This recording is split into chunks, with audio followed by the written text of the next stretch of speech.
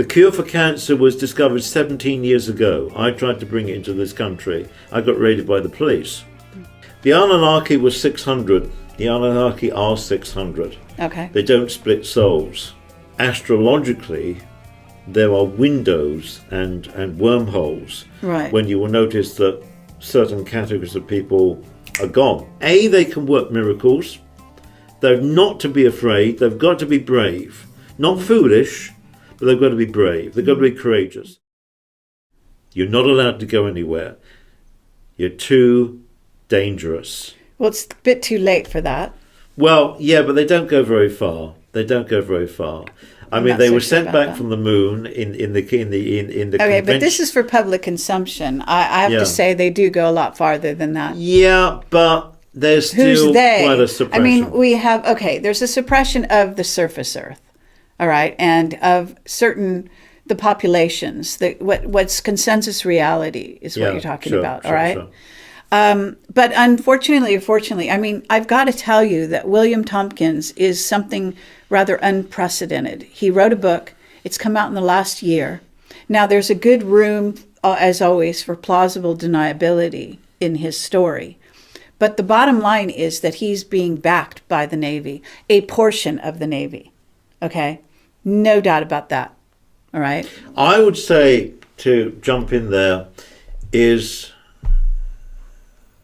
there are two conflicting agendas. Yeah. I'm aware of this. All right. Conflicting agenda one is educate the human race technologically and culturally and responsibly, and have them become the wonderful, creative, musical, artistic, beautiful beings that they are and should be, and get them off the planet and get them out into the galaxy and have their talents be distributed, which is, you're talking about transport mechanisms, which are the easy side of things. Right.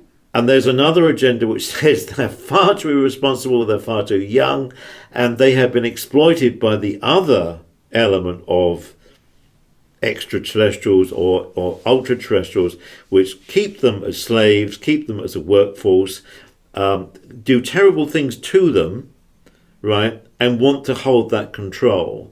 And there is a direct conflict between those two agendas, which is poignant right now when you have a strong local indigenous colonization which is trying to hold on to their control. And you have other elements which I might perhaps be associated with, who are trying to actually bring culture, true culture, and the true spirit of human beings and even ETs into a new dimension. Sure. And there is a direct, absolute conflict of that, which happens periodically, I would say cyclically, about every 26,000 years. And people will choose, are they going to take X or they're going to take Y? And when they take X or Y, they are then determining their life path individually and as a nation or as a group for 26,000 years. There will be a division. There will be division. Okay. So knowing which side you're working on. Yeah. Okay. Are you feeling that the government that you work for, that has also threatened your life at certain junctures, not sure elements of it, and I don't know if this is the DVD, the infiltration of the German, DVD, or if you feel this is infiltration of the negative reptilian side, or who you feel was working against you, I guess is what I'm trying to say. When you see, again, you have compartments and you have levels. Sure. And in all organizations, you have a lot of fear. You have a lot of and momentum. A lot of the momentum that came out of the end of the Second World War was to use and abuse their own military and their own agencies. Sure. In such a manner that if anything got beyond the parameter, they would kill it off. All right? And a few idiots, who I know where they live, but that I'm a secure person, decided that a number of people prior to me needed to be eliminated, and subsequent to when I had problems, needed to be eliminated because we knew too much. They don't like people knowing too much. You're working outside of your compartment. You might have knowledge, in my case, of 3 compartments. Right? And that's freaky because the guy here who's the supervisor is only supposed to know that. But if you've worked in the system for 53 years, you begin to piece together the jigsaw puzzle. No Suddenly doubt you about know it. an awful lot. Yeah. And they don't like that. So the old-fashioned way was, hang on, we better get rid of that person. Now, my part of this book is an insurance policy, all right? Okay. Some idiot decided to have a go at me in a number of different ways. One, they tried to get rid of me twice, which didn't work because I'm an old fox. And 2, they tried to character assassinate me, which didn't work either because I just love that. I'm like Donald Trump. Attack me and I just love it.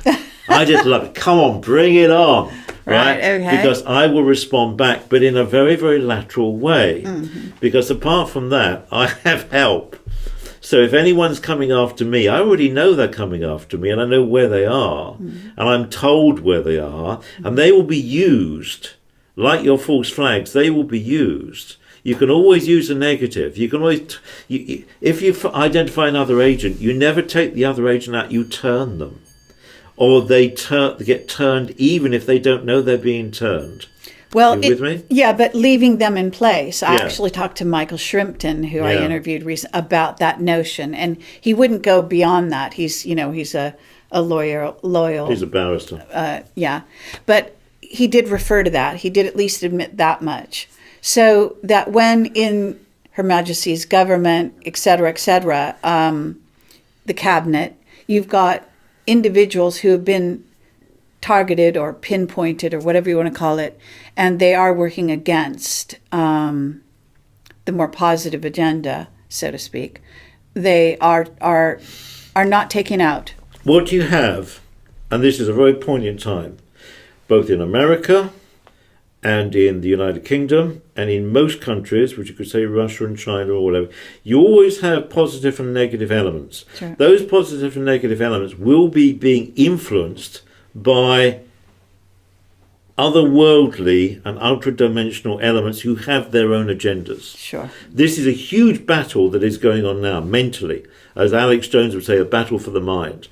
You, as a race, as a civilization, are being fought over, not with weapons, although in some parts of the world it is dreadful because it is hot world, like in Syria and places like that. You're being fought over to see who at the end of this period will come out as the major owner of this planet in terms of all of their cartels or their influence or their progressions or whatever. This is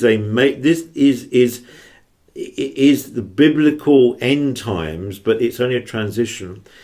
This is real stuff. This is not a drill. Mm-hmm. People are dying out there, and more people will have to deal with these kind of things. But this is incredibly important because the good guys are in the minority. There are not many people on my side.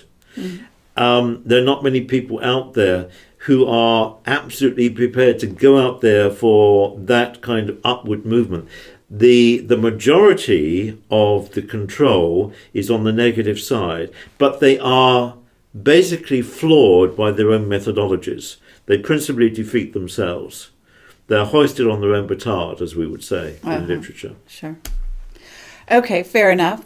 So, in essence, though, where you sit now, releasing this book, as you say, a sort of insurance policy, what's happening now? Do you want to describe it?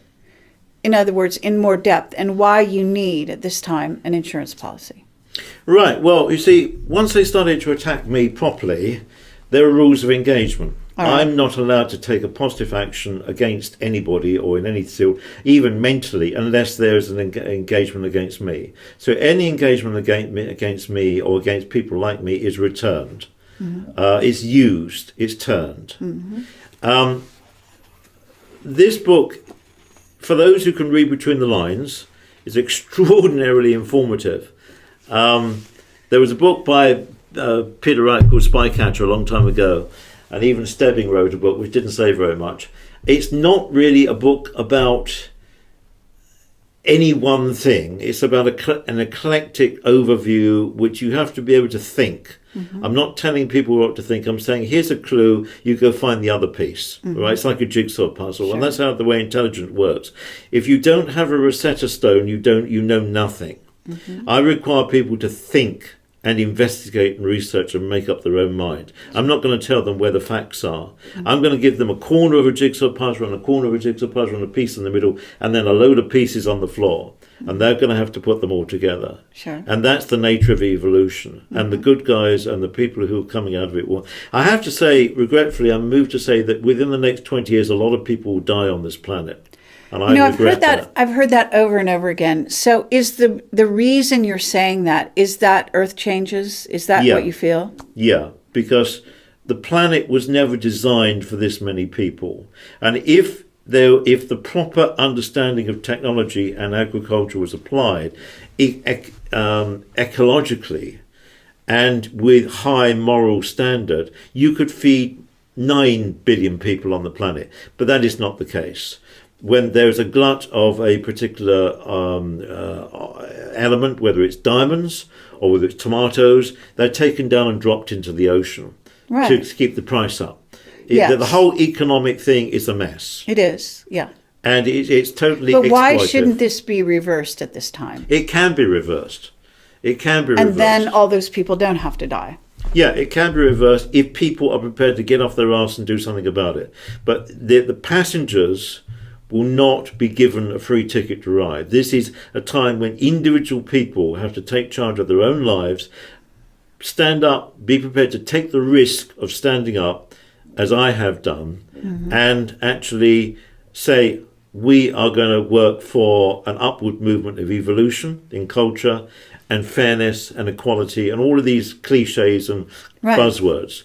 Sure. It's no good just sitting and saying, okay, I can eat today and my kids are going to school and my pension fund is in place. That's yesterday's stuff. Sure. Just like one's fathers used to work for 50 years and get the gold watch. That doesn't apply anymore, does it? Not even close. You have to change and be adaptable. Mm-hmm. So I'm saying the world is going through a huge change, massive change. Species are dying out that are no longer required. Some of them it's regrettable, very unfortunate that that's happening.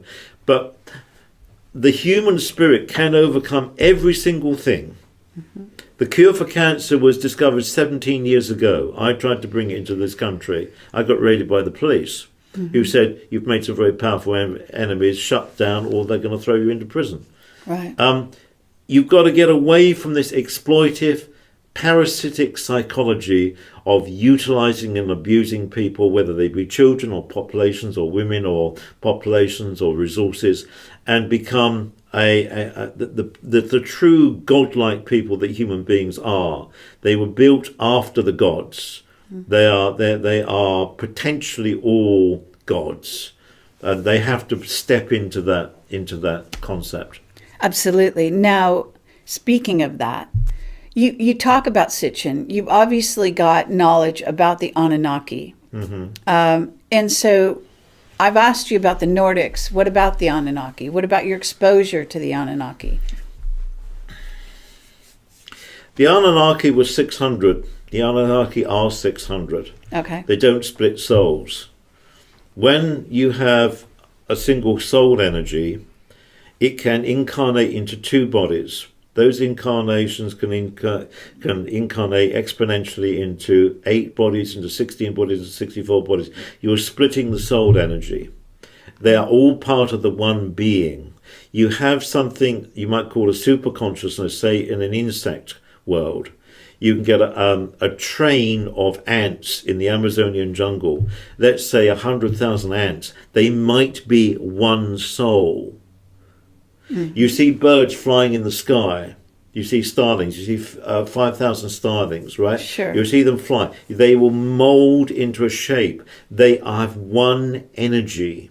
Mm-hmm. You are looking possibly at one soul that has 5,000 biological elements to it. It happens in fish. These are very obvious examples. Right, we do call it hive mind. Right. Mm-hmm. Now, when you get archetypal races, they will tend to act as mentors and creators. Back to the creationists if you want, although it's much more complex than that.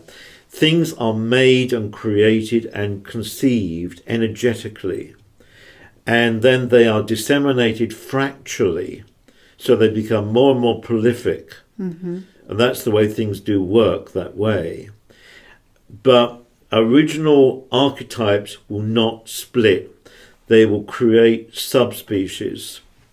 Now, there is unfortunately a rule which you've been observing for the last 70 odd years or longer, that generally speaking, particular races will not communicate one-on-one to a lower intelligence.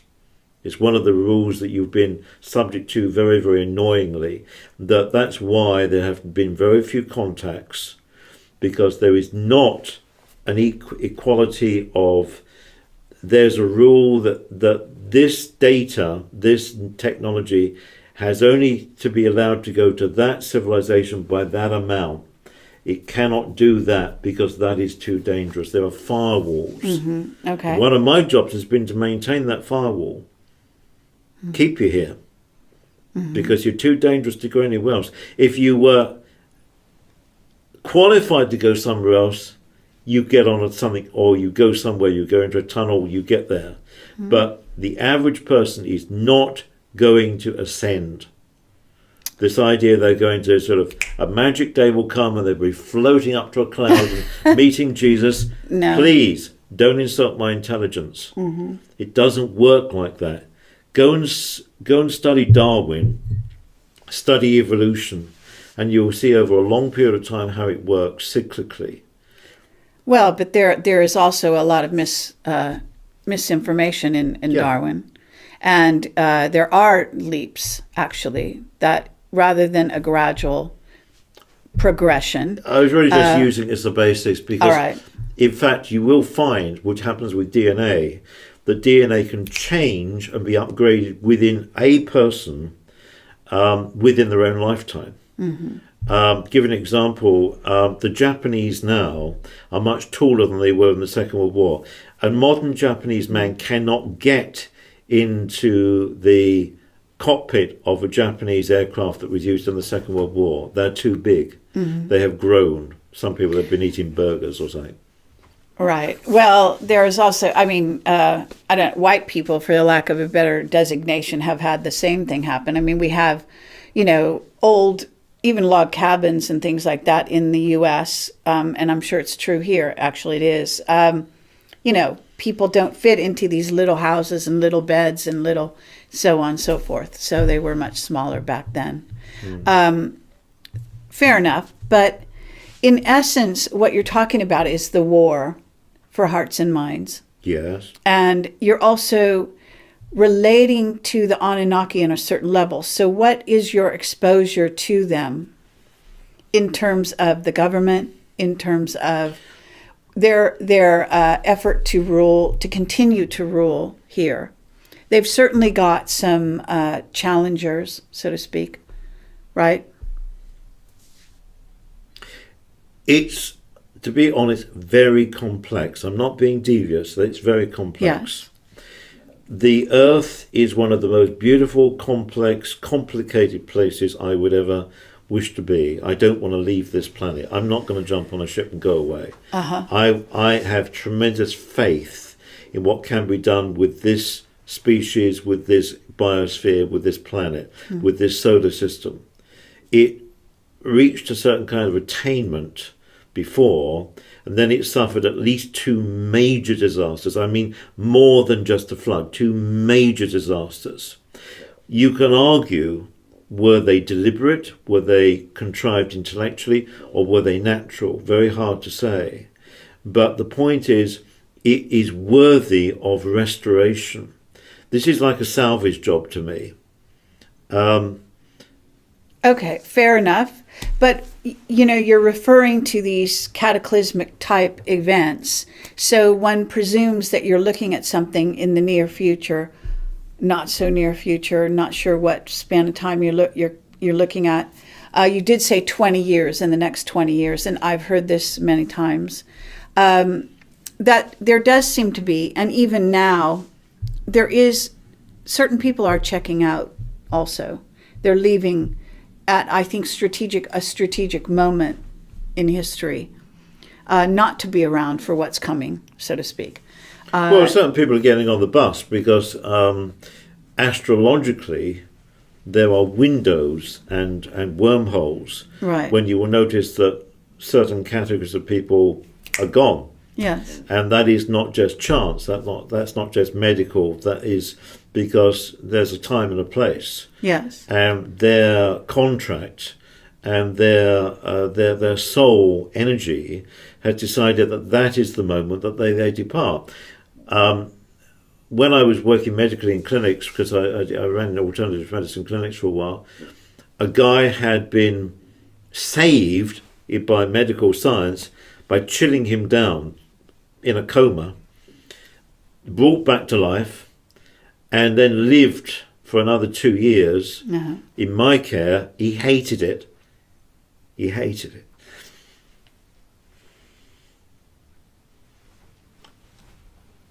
He shouldn't have been brought back. His soul wanted to go. They'd changed. They'd interfered with his karma. He had a heart attack. He wanted to die. It was correct that he died. Physical death is not a problem. You know, I've died before. You know, in previous lives, I've met other people who've died before. You know, it's not a problem. You go on. If people interfere and hang on for the last few desolate years, it's not particularly a nice thing. It's not an easy thing. But where I'm going with this is that I really have to try to motivate people to take grip of their own karma. They have to step up to the plate and deal with their own stuff, not trying to get somebody else to deal with it. For years I ran a clinic or two and people would come and cry on my shoulder every 2 weeks. Literally, you know, I mean, I would get them through their lives. And then I had to move, and I had to say to all these patients, look, I'm moving, you're going to have to stand on your feet. And over 5 or 6 weeks, I got a lot of people better by saying to them, you know, you've got to take charge of your life. I'm not going to be here next year. I'm going. I've got other things to do. And I think people have got to step up to the fact that they've got to take charge of their lives. You've got to realize, A, they can work miracles. They're not to be afraid. They've got to be brave. Not foolish, but they've got to be brave. They've got to be courageous. They've got to listen to their conscience, listen to their heart. And they've got to actually really, really try now, because their soul is in jeopardy. Sure. Their soul, and I mean this not just from a religious point of view, their soul is now asking them to decide, where are you going to be for this next great day, this next 26,000 years? Which side are you going to be on? If you want to be simplistic about it. You're going to go down the avenue, you're going to go down, or you're going to go up, or you're going to stay where you are. And the universe works in cycles. Everything is cyclical. Whether it's on the grand scale or the small scale, everything is cyclical. Spring, summer, autumn, winter. Everything is cyclical. That's the way it works. Sure. And I try to shout at people, motivate people. It's not an armchair exercise. It's not a hobby. This is people's future lives upon lives, and the resolution of everything they've done in the past. I've had to apologise for things that I've done. I'm not perfect. Nobody here is perfect. If you were perfect, you wouldn't be here. Sure. Right? And I've had to apologise about things I've done. I've said I'm wrong. I made mistakes. Other people make mistakes. Sure. And you're seeing a lot of transparency come out. You know, people having to deal with their own stuff. Right. So, fair enough. And thank you. You know, you care about humanity. That much is very, very obvious to me. And I see you've written, you know, a number of books, and I don't want to leave this interview without having you talk a bit about these books. And I know you got into crop circles, for example, and I'd love to know why. Why did you start to pursue that? You wrote a whole book about them, you know. Well, I edited this book, which is not mine. All Crop right. Circles Revealed. And this was written by two lovely ladies, and it has a lot of wonderful pictures and diagrams. One of the most definitive books on crop circles. I was tasked in 1976 to walk into a crop circle and find out what the hell it was all about. Okay. I was actually sent there by the BBC to do a piece on it because I was working for the BBC for a while.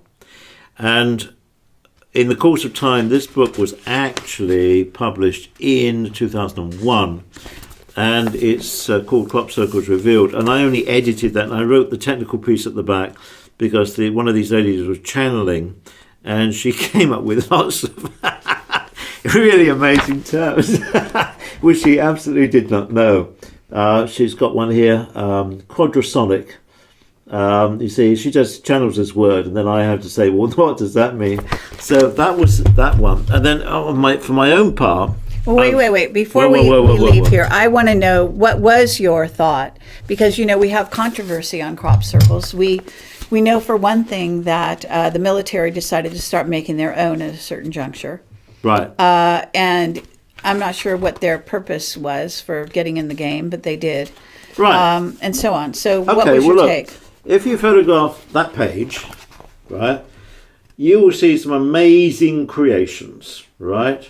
These things are huge, right? They're three-dimensional in this particular instance. This one's the pyramid. See the pyramid shape? Look at this one here. Are you telling me that a bunch of people with planks and a bit of string in the middle of the night go and knock that up with that degree of detail and precision and perfection? Are you telling me that? I don't think so.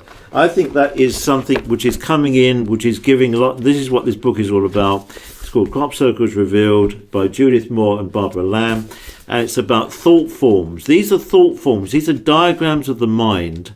And it's true, in my opinion, to some extent knowledge, that a thought form would come down on a platelet, which is the crop, which is by definition purely temporary. It has a life of a few weeks, if that. And the British government did go out and have an answer made or a question made mathematically to that particular download, and then sometimes an answer would come back to that. There was this discourse. This is a very strange language. Yes. This is a very advanced language. And well, I myself have intuitively seen that there are musical, some of it comes in terms of a music. It looks like a pattern, but it actually has a musical component. Yeah, it has a sonic component. And a lot of the ancient civilizations used sound. They created things out of sound. A lot of UFOs, or I call them IACs, are printers. They can print. There was a film, what was it called? The Navigator. They don't need to have many things. They can print whatever they want. Okay, but do you know what race is making these? More than one. More than one. No, not my own people. Because there is a certain race that is quite responsible for them, to my knowledge.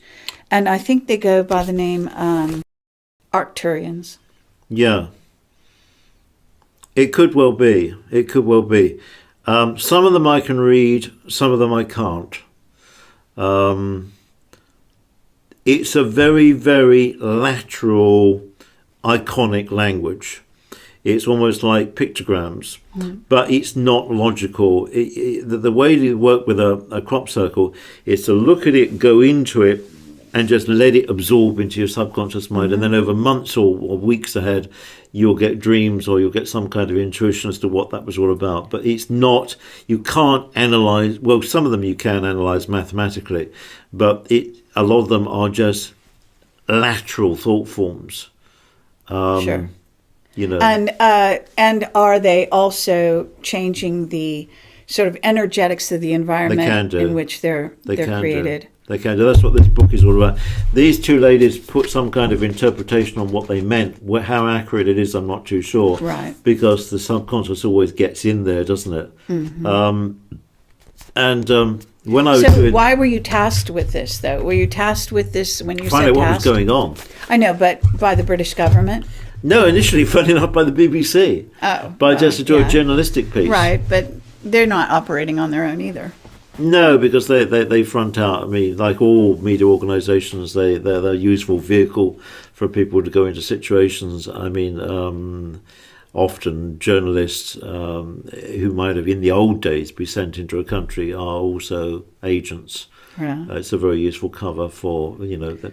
Sure. Okay. So before we go into the other books, there's a question I wanted to ask you Sure. that actually now I've remembered, which is, you have contact, right? You have contact, and we know you're in contact with the Nordics. What other beings are you in contact with? And have you actually seen them? I've only ever worked with my own race that I was a member of before I was incarnated here. Okay. I am aware of one or two other species, but I have not worked directly with them. So when I comment on them, I'm making an interpretation or an analysis from my point of view. I, before here, being this stuff, was a Palladian. I still am a Palladian. I had Palladian DNA in me, which is referenced in the book. And the Palladian responsibility is 129 solar systems on this arm of the Milky Way.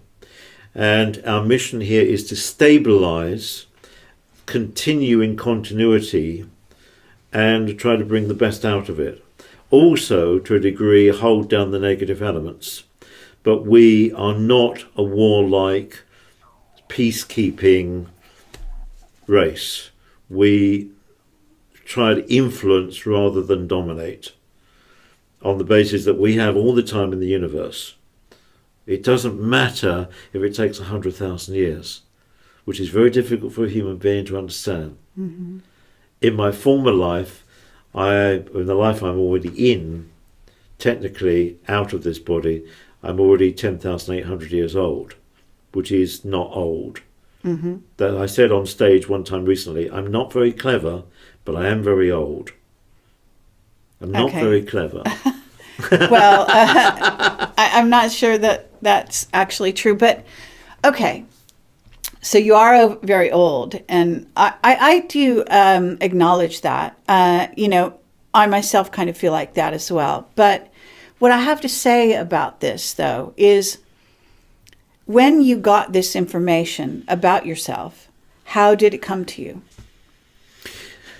I didn't really understand anything about me at all until I was at least 32, Okay. which I think is true of a lot of people.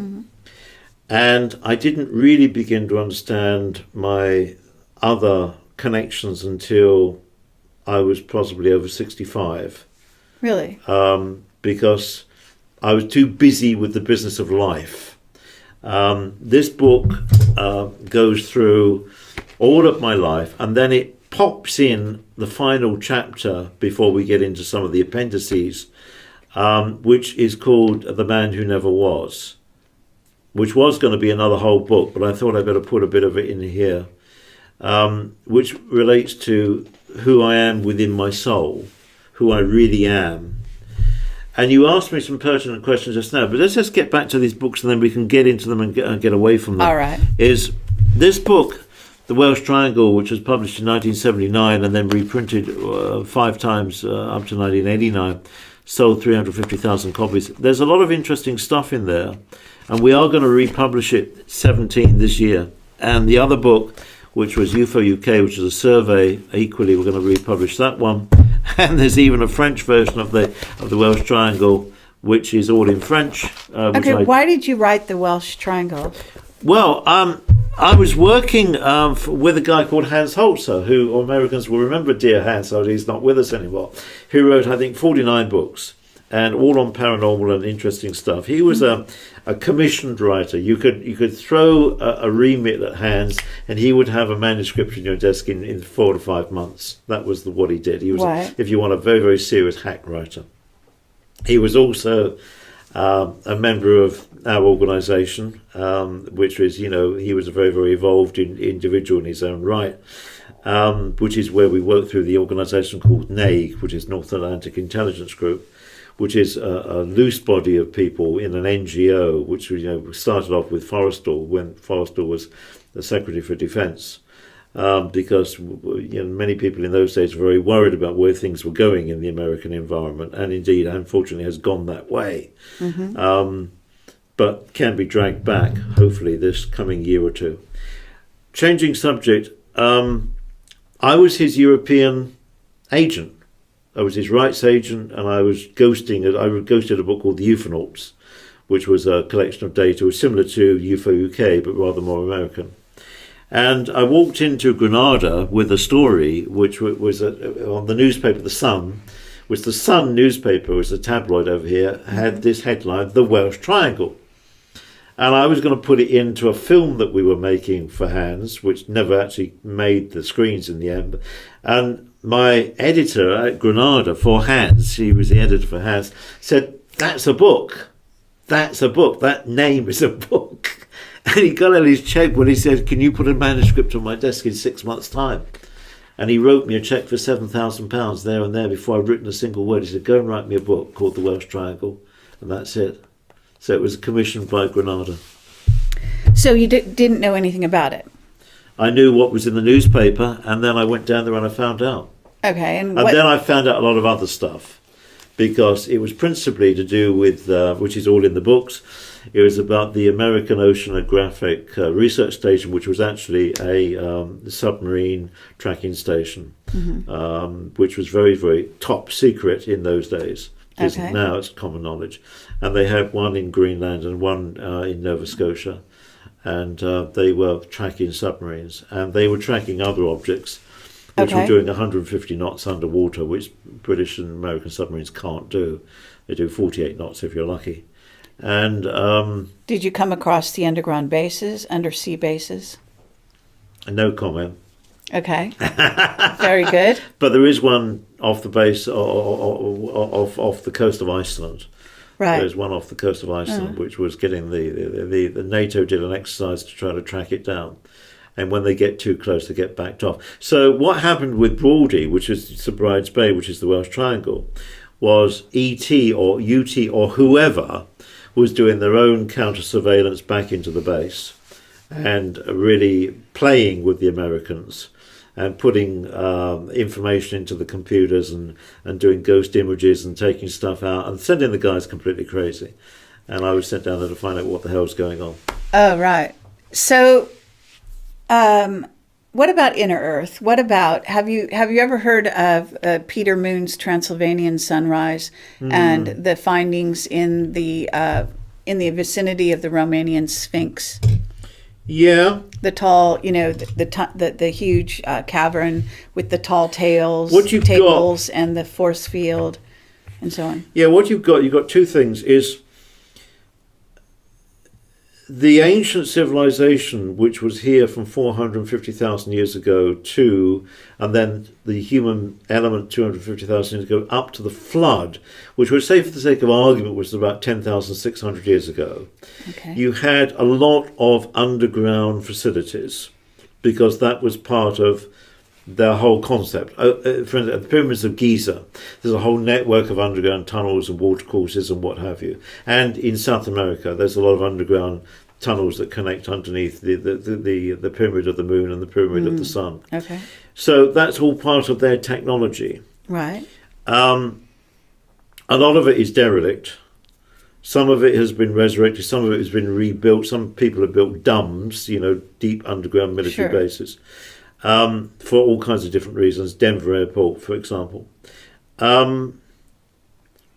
Seed banks, insurance against an asteroid hit or what have you. People trying to vector what happens if.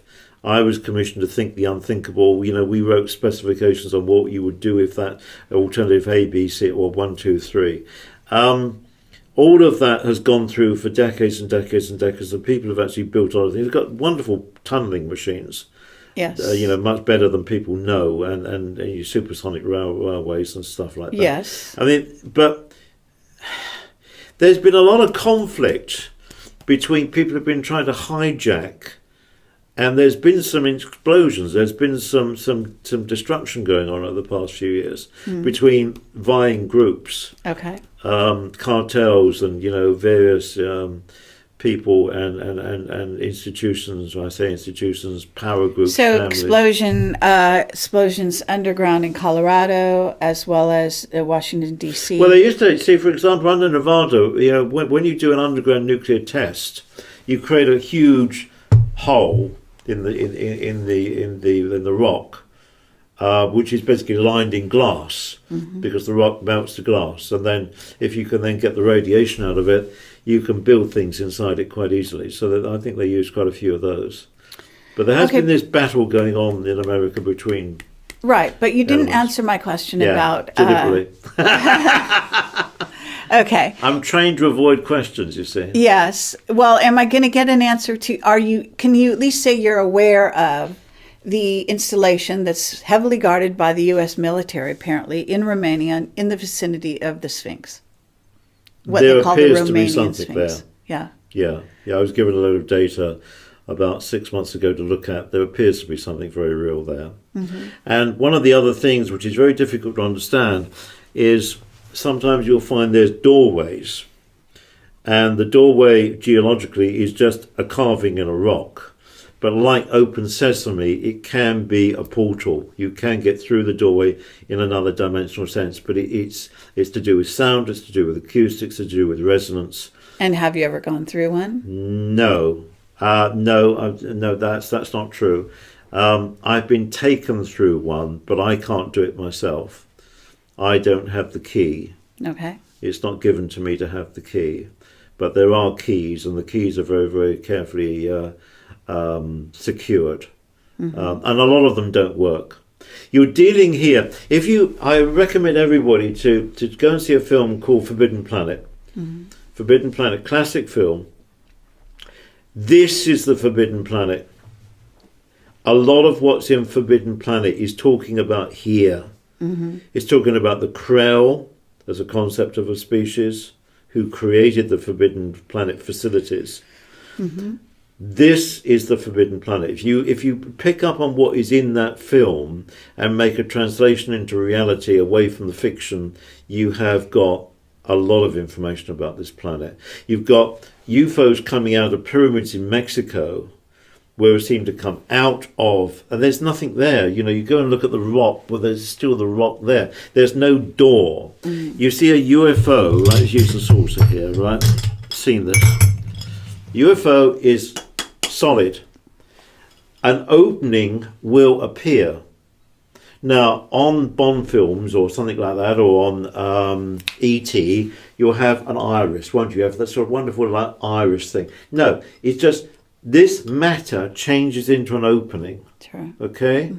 They can do that with anything. They can create underground spaces.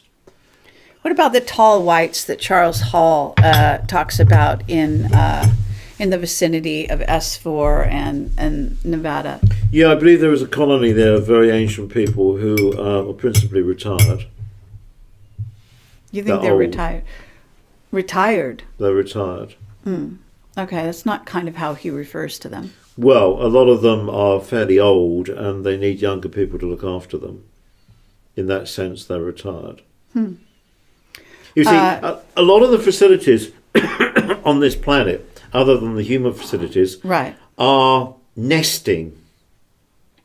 If it works, don't fix it. They've been here a long time. They use the facility, they use the resources, they use the human race. They're not in the business of making progress. A lot of them are very stale. They've outlived their own duration. They are at risk of extinction. Sure. That is a fact. Therefore, they don't want anything to change. There's some in China, right? Oh, yeah, sure. Now, are you familiar with Shambhala? Vaguely. In Tibet, Vaguely. So you haven't had any, have you been there? I don't in this life? I've never been to Asiatic territories, no. Okay. So in terms of what we're talking about here, because eventually we do have to close this down, as wonderful as it is to talk with you. What do you see going on here on the planet in terms of the countries, Trump coming into office? Anything to add to any of this? You know, as a kind of Trump commentary. Is a wonderful loose cannon on the deck who the elite cannot control. Right. All right. Good to hear. He is very nonconformist. He's brash, young, impotent, out of order, and will probably, given half a chance, shake everything up. That's it. He's catalytic. That's his principal function. This is why he needs to become president of the United States. He needs to be inaugurated. He is catalytic. He's not bought by the lobbyists. He's not done any major misdemeanors. He's not one of the cabal. His father was, but he's not one of the cabal. He is brash and honest and open, and is prepared to admit his mistakes. Okay. He doesn't try to be perfect. He doesn't flim-flam. Yes, he makes very popularist redneck statements because they get votes. He can manipulate a crowd. He's an entertainer. Sure. But he might be the catalytic element which turns America around. Because America, and I'm talking principally about the United States influence area, has become a terrible travesty of the America that I used to know and love. I've worked in America. I like Americans. But it's been hijacked over the past God knows how many years by a very parasitic, evil element which has had its day and is on the way out. And Trump could be the man. Yes, he makes lots of mistakes. He does lots of stupid things. He's not the sharpest guy on the block, but I actually like him. Okay, I appreciate that. So what about Theresa May? I have a lot of faith in Theresa May. She's a very experienced lady. She is kind of the modern Maggie Thatcher, although she wouldn't see it that way. Boris Johnson, for example, is also another very good lad, albeit he's a bit juvenile. But these are very, very good people, and they will try to fight a very moral, ethical high ground. I've got a lot of faith in Theresa May. But no one's perfect, and they're all inhibited, like Trump will be inhibited by the people in the cabinet, the people in the Senate and the House of Representatives. It's a group thing. You're trying to drag forward a huge momentum of established vested interest. So are you seeing that the European Union is going to be destroyed? Yeah. Finished. It was a bad idea invented by Hitler or whatever. Well, it was Hitler's idea, or right. It was the Nazis' idea, but it's been brought in the back door through a bunch of unelected bureaucrats, little demigods who've got very little understanding of what's really going on. Some of it is badly influenced by upstairs. Or in a rather negative way. The whole idea of a European Europe, United States of Europe, was a lovely idea, which was very badly mismanaged. And the fact is that a lot of people in Europe, as I know from my own experience, don't like each other. They don't like each other. And the idea that you're going to buy this apple in Bulgaria at the same price as in Portugal is the same price in Sweden is complete rubbish. It ruins their economy. Sure. They have to be independent. Races move around. The Italians are not Roman. The Egyptians are not the original Egyptians. The Han Chinese are not the Indo-Europeans that built the pyramids in China. People move around. The diversification of nature has to be respected in the same way you have diversification of nations and philosophies. And if you're trying to create this globalist flat playing field, it will never work. Inherently, it will never work. Well, that's very good to hear.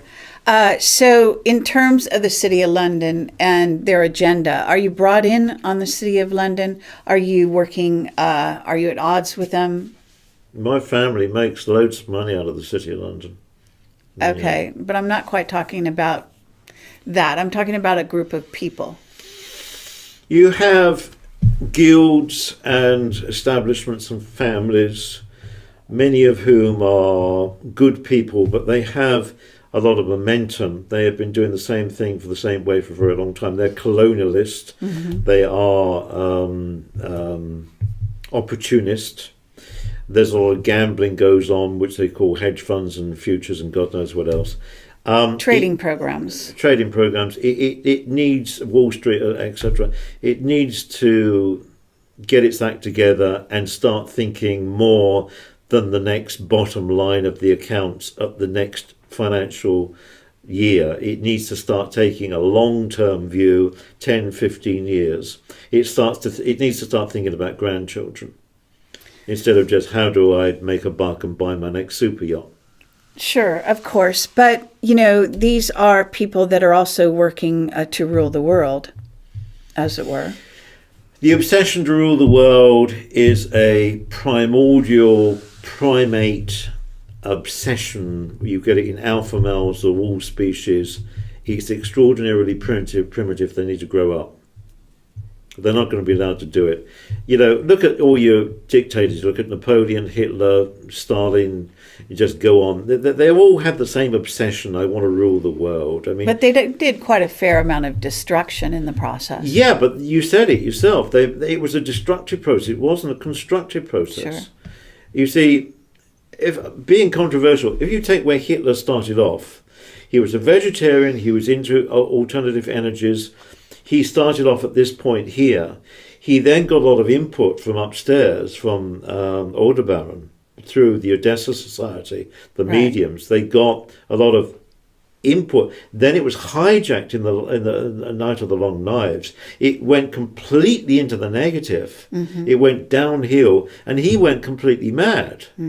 He became obsessive, like all dictators do. He didn't die in the bunker in Berlin. He died in Paraguay in 1976. But the point is, and there's the Antarctic connection. But this obsession with dominance is very old, out of date DNA. I have access to anything in the local universe. I can loan anything I want. I own absolutely nothing. I mean that. I don't own a damn thing. But I can loan anything I want. I can open doors. I can have doors opened for me if I ask. But once you try to create an empire, just look at the history books. Look at the Roman Empire or Genghis Khan. Empire is an extraordinarily temporary state of being. And the higher civilizations, which I hope I represent, are trying to expand this local parochial madness from both the people here, you, and the people immediately who control above, and bring all of them forward. And I don't have good and bad ETs or good and bad UTs. The object of the whole exercise is to take the whole thing forward. Even if it means conflict. If the conflict is there, it's because it's been generated by the people who suffer from it, regretfully. Individual karma is extraordinarily savage. The soul mind of an individual is extraordinarily savage. It will put that individual through the most terrible traumas to try to get evolution of the soul. Sure. Now, in terms of your approach and what you're doing, you are, on the one hand, disclosing. On the other hand, you're sort of safeguarding some secrets, right? Yeah. You're trying to stay alive in the process. I get that. It doesn't really matter. Doesn't? I'll be a bit like Okanobi or Alex Jones. I mean, if anybody does away with any of us people, it only empowers us. Sure. I mean, here's a book, right? Here's a book which is selling quite well. It's not a bestseller. Okay, you get it from Amazon. It's not a lot of money. All right. If that book was banned or I disappeared tomorrow, this book becomes viral.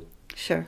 There are certain fundamental rules of psychology that Spycatcher by Peter Wright was banned. It became the best thing since sliced bread. People were smuggling it in. I have a copy. Sure. You see? Yes. So the point is, I'm only going to live a few years.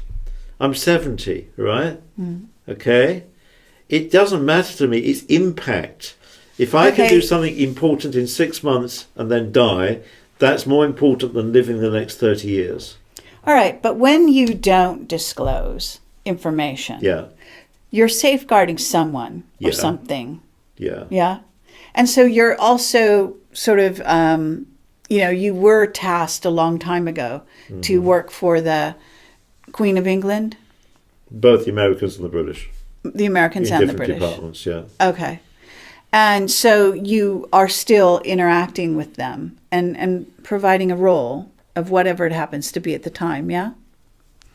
So what is it that you are staying away from?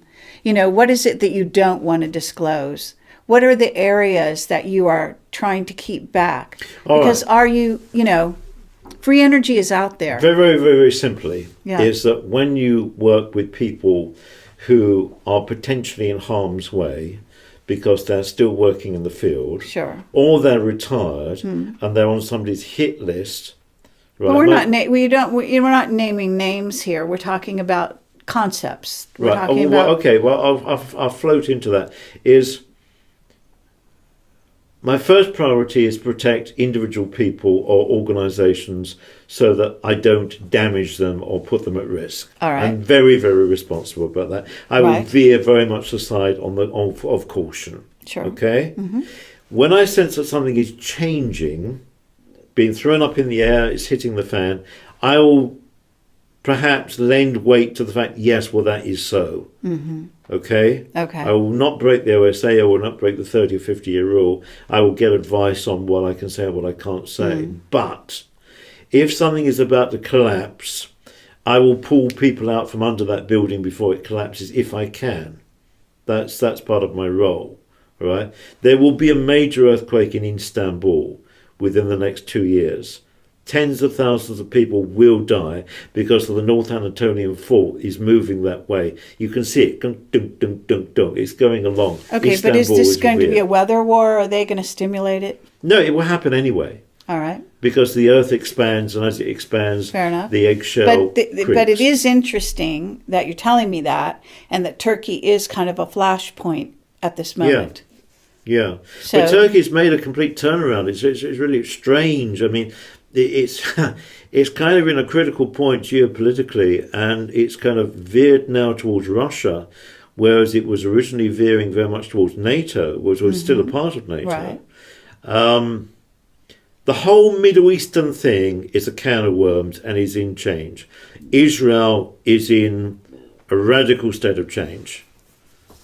I won't go into the detail on that, but the whole geopolitical balance of Israel is now in flux. That's good. Okay? Yes. Which could be very evolutionary.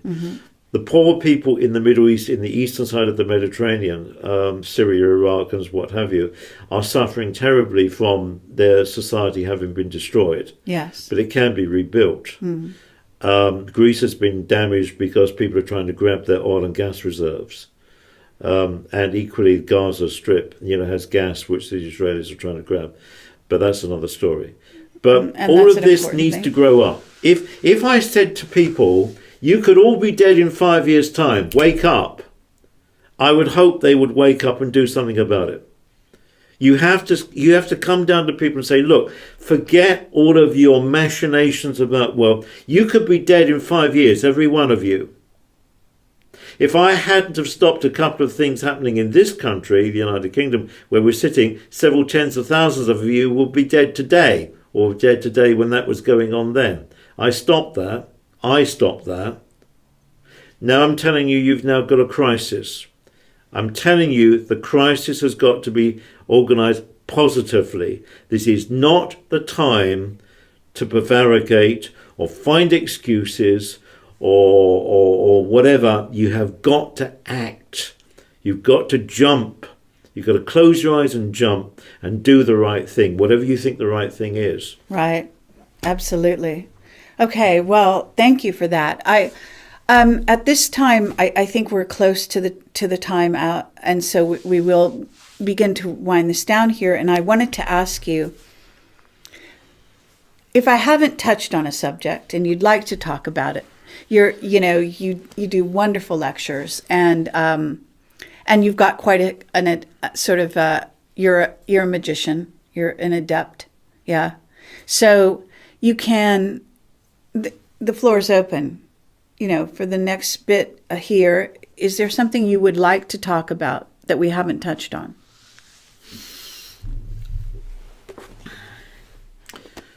The Man Who Never Was, last chapter before the appendices, declares that I came here for the third time from another civilization, which helped create everything that you see here, as far as I'm aware. Certain early primordial things were created by other civilizations here, made, created. Parasitic elements for a very long time came in here and hijacked a lot of what had been made, and indeed in the solar system. We've already touched on Mars. Mars was some kind of tragedy. This solar system is being taken back into the Great Plan.